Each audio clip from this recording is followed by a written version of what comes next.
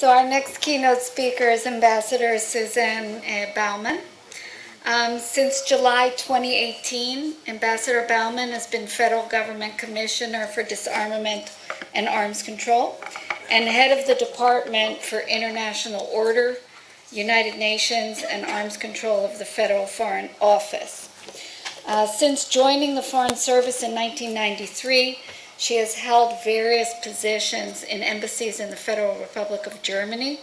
She worked as a political advisor to the Ministry of Defense and head of unit at the Federal Foreign Office and the Federal Chancellery. Ambassador Baumann, please.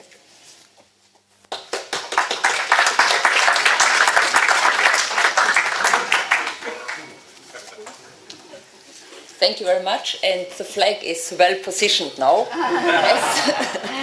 I will speak not from a NATO position, but from a NATO's allies position, and of course from a European perspective and from a non-nuclear weapons state position. So the German flag is representing all this. But first of all, very good afternoon. It's a pleasure for me to be here, and thank you very much, Emily Landau, for organizing this conference together with the German Konrad-Adenauer Foundation on arms control.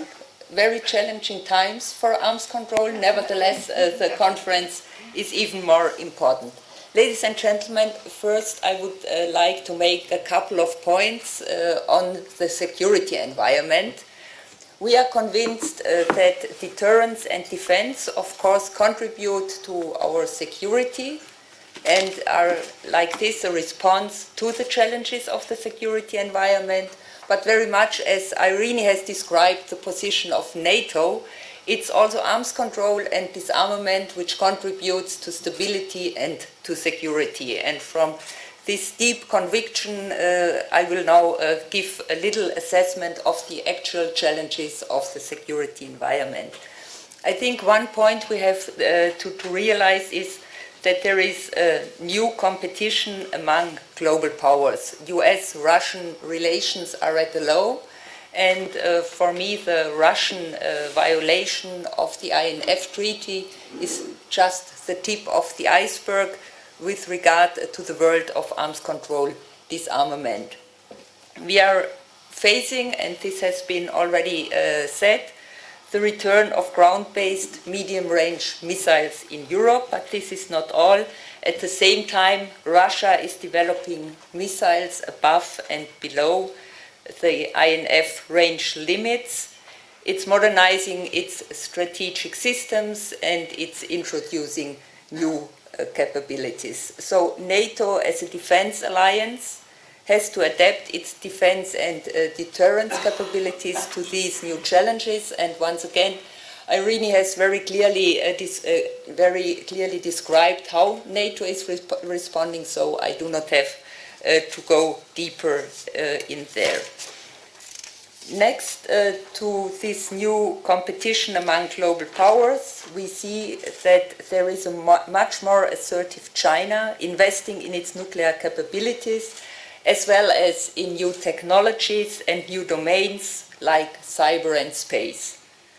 But beyond China, there are also other new players we have to take into consideration. Let me give you the example of India, which has proven with the latest anti-satellite test that it is now the fourth nation being able to shoot down satellites.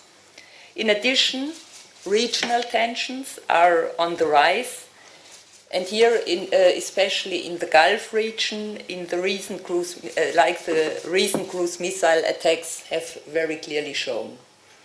And here I repeat the title of this conference, also proliferation threats, both related to nuclear capabilities as well as delivering systems, are steadily increasing. So that is the security environment, and at the same time, arms control agreements, which for many decades contributed to our security and stability, are no longer functioning.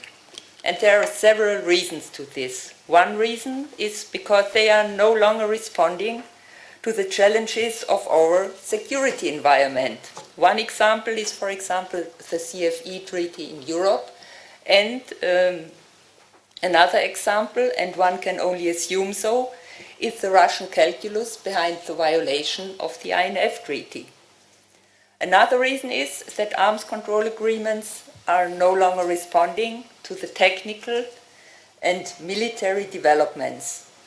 Or, and Chris, I think that's the point you are always making, another reason is because the political will is simply lacking to implement arms control agreements to their full scale.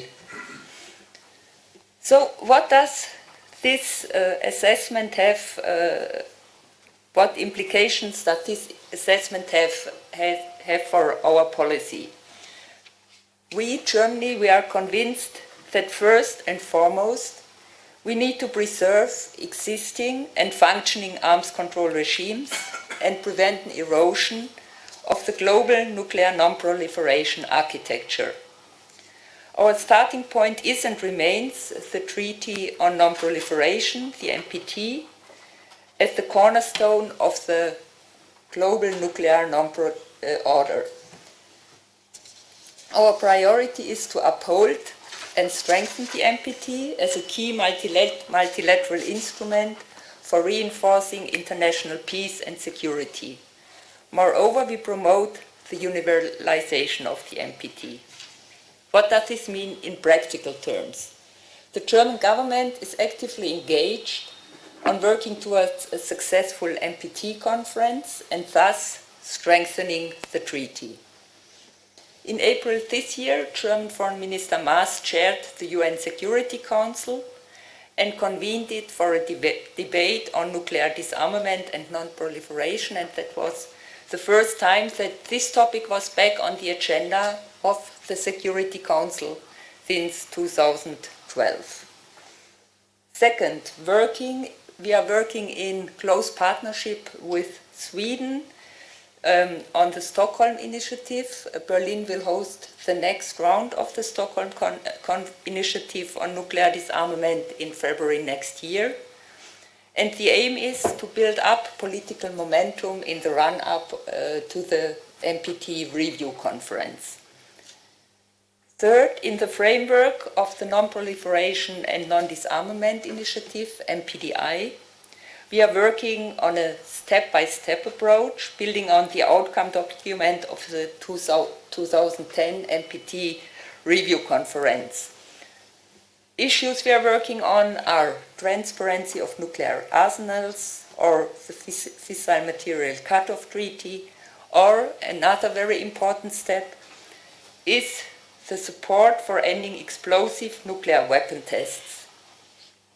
Indeed, although the Comprehensive Test Ban Treaty is not yet in force, it has already led to a de facto norm of international behavior. The DPRK is the only state that conducted nuclear testing in the 21st century. Putting a legal and verifiable end to all nuclear testing through entry into force of the CTBT remains a priority for us. In September, in the margins of the UNGA, Foreign Minister Maas co-chaired a ministerial conference seeking to put an end to all nuclear testing.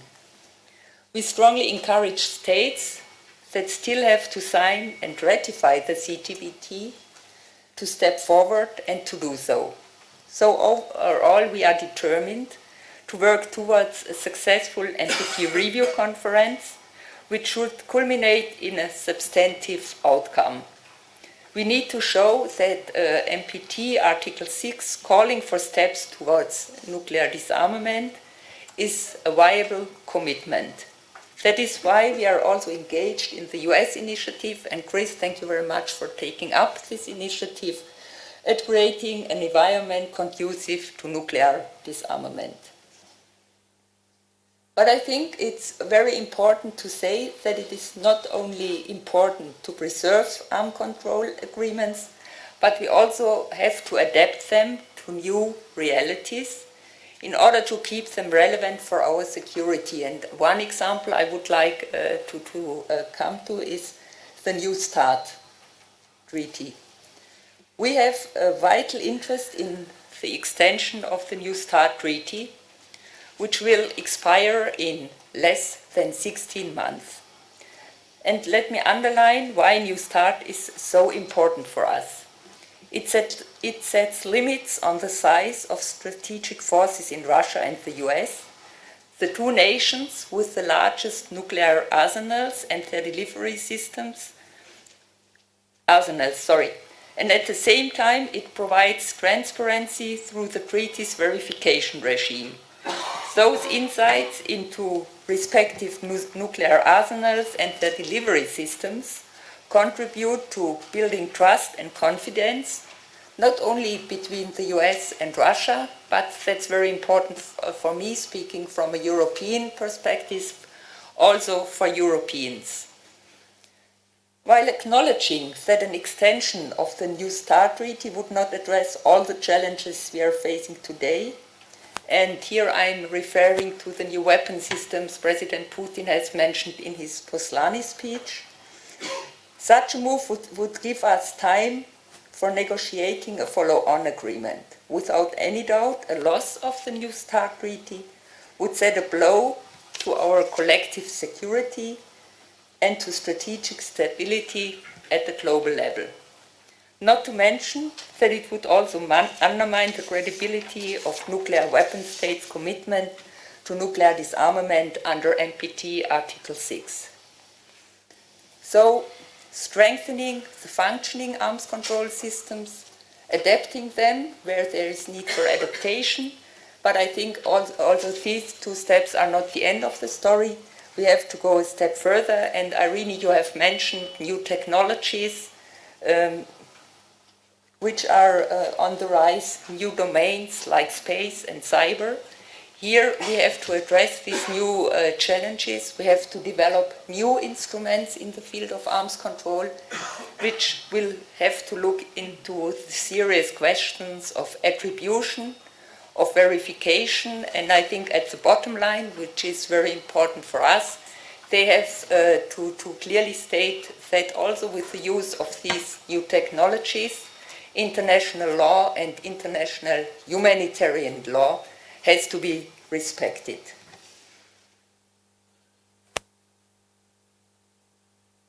Now let me come to the second part. When we build our work on the international rules-based order, it is obvious that when addressing emerging proliferation crises, our efforts cannot succeed if we work in isolation. To the contrary, based on precedent and practical experience, we know that we have better chances to make progress when we join efforts and follow a multilateral approach. And this is very important. This involves the steady crafting of alliances and the building of an international consensus. True, this is not a quick fix, this can take a while, but it enables us to create the necessary building blocks for sustainable achievements. A multilateral approach also provides more options, both in terms of pooling defense resources and with a view to developing frameworks for cooperative security, transparency, and verification. For example, the course of action taken by the DPRK is one of the world's most acute proliferation challenges. And Chris, you have a little bit explained where the US stands. So, in our view, Pyongyang unilaterally withdrew from the NPT, ceased cooperation with the International Atomic Energy Agency, and embarked on an illegal quest for nuclear weapons and advanced delivery systems. The DPRK's growing capabilities regarding weapons of mass destruction pose a threat that goes far beyond the Far East. Especially the DPRK's secondary proliferation activities with states in the Middle East pose a threat to many nations, including Israel. We can only contain and resolve this challenge if we all work together. And that's why Germany is fully supportive of the negotiations between Washington and Pyongyang. The continued US readiness to engage DPRK diplomatically presents an outstanding window of opportunity to develop a sustainable solution based on the internationally established nuclear non-proliferation regime with the NPT as its basis. The ultimate objective is clear, CVID. North Korea needs to completely and verifiably abandon its illegal nuclear program and related means of delivery.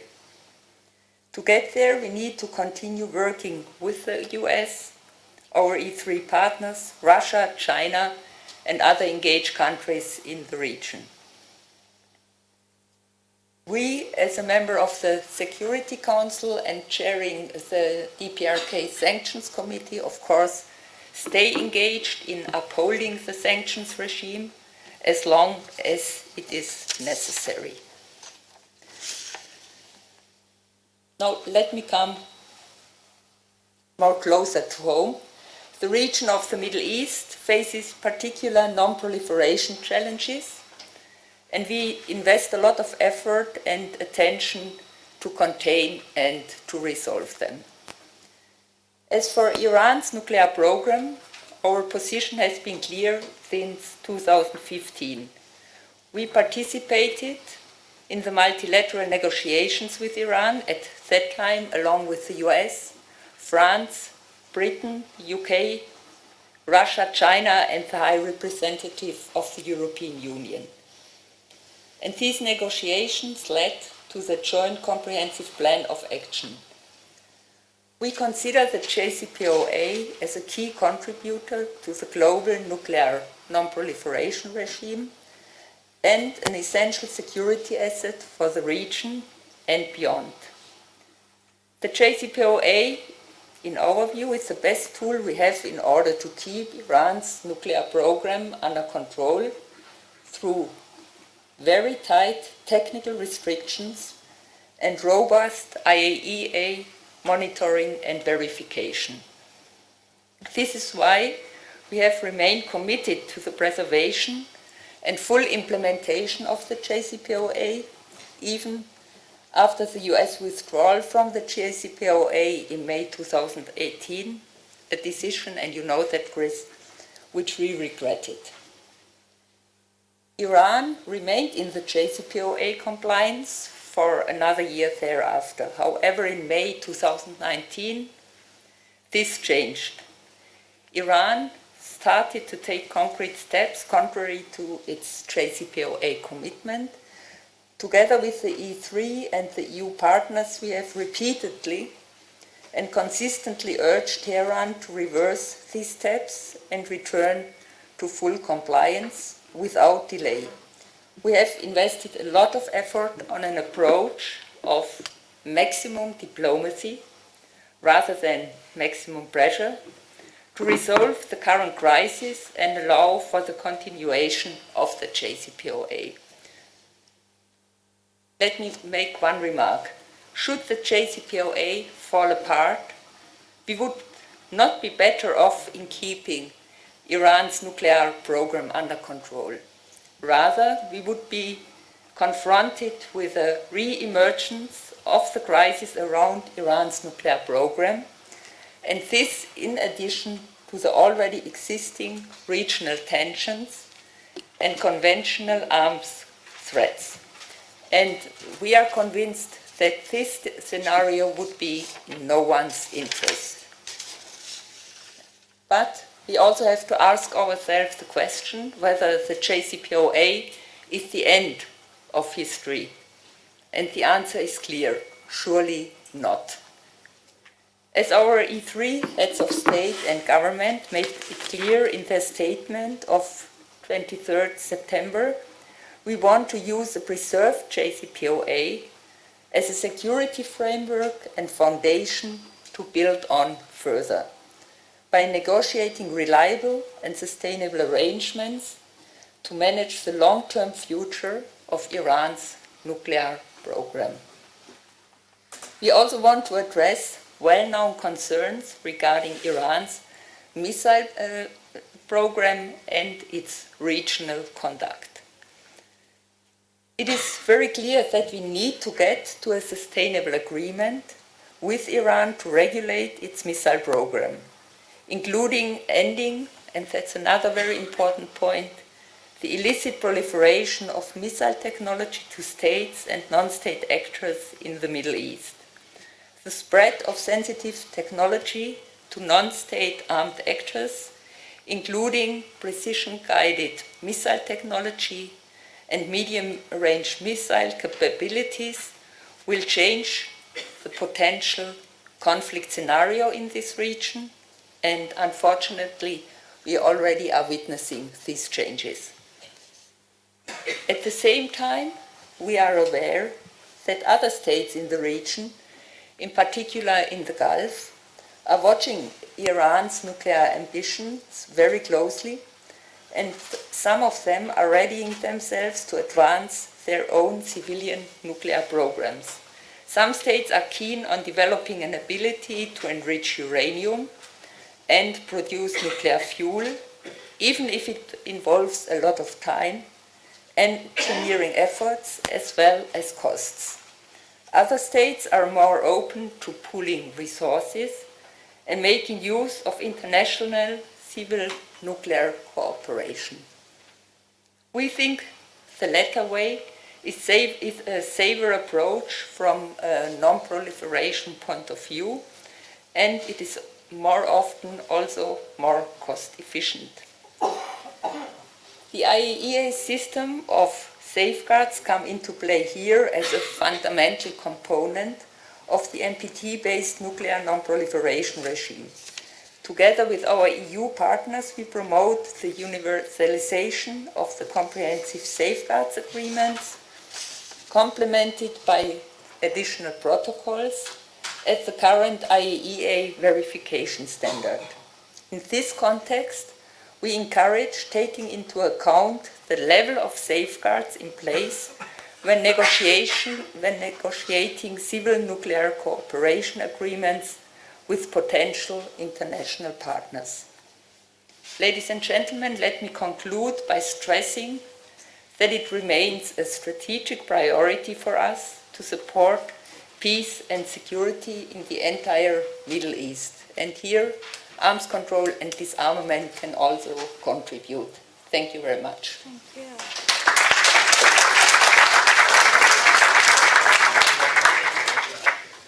We'll take one or two questions. Okay. No questions? It was very clear? Yes. Yona. And then Alexander. Reuters reported a few hours ago that Germany's foreign minister said that needs to seriously consider snapback sanctions against Iran. Seems like maybe after Iran's violation that it announced last week that means the EU is finally moving a little bit more aggressively about Iran's violations. Yeah. Thank you very much for this question. According to my knowledge, the foreign minister not exactly talked about snapback mechanism, but of course we are very much concerned about the behavior of Iran and especially of the 4 steps they have announced last week by using Fordo to enrich uranium. And that is of course something and that we have done also during the first 3 phases that has to be addressed by the international community. And right now we are looking into ways and means how to address this best in order to uphold the security and stability. Alexander? Alexander Brack, Konrad-Adenauer Foundation. Mrs. Ambassador, I subscribe 100% to what you said about the JCPOA. However, I don't see what NATO, the EU, whoever has to offer Iran in order to make them make concessions in the other fields you outlined, be it missiles control, be it non-proliferation of missiles and so on. And I mean, from a layman's perspective, haven't seen much progress being made in this field, even as long as the US were compliant with the agreement. Mm-hmm. Yeah, I think that's a very important question, but I can assure you that we are engaged with the Iranian side on exactly these questions because the JCPOA and the containment of the nuclear program is one side of the medal, and the other side is that we have to find ways and means how to deal with the ballistic missile program in two respects. One, in developing this ballistic missile program, and second, in the proliferation issue, which is of equal concern to us.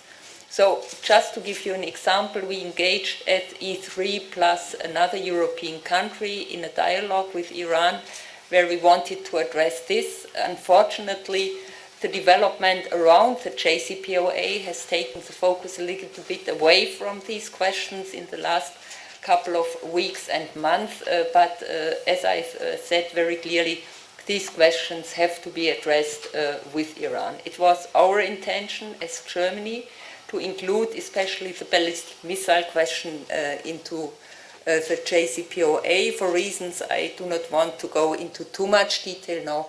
This has not been possible during the negotiation phase, but it's a very clear concern of us which has to be addressed urgently. Okay, thank you very much, Ambassador Baumann.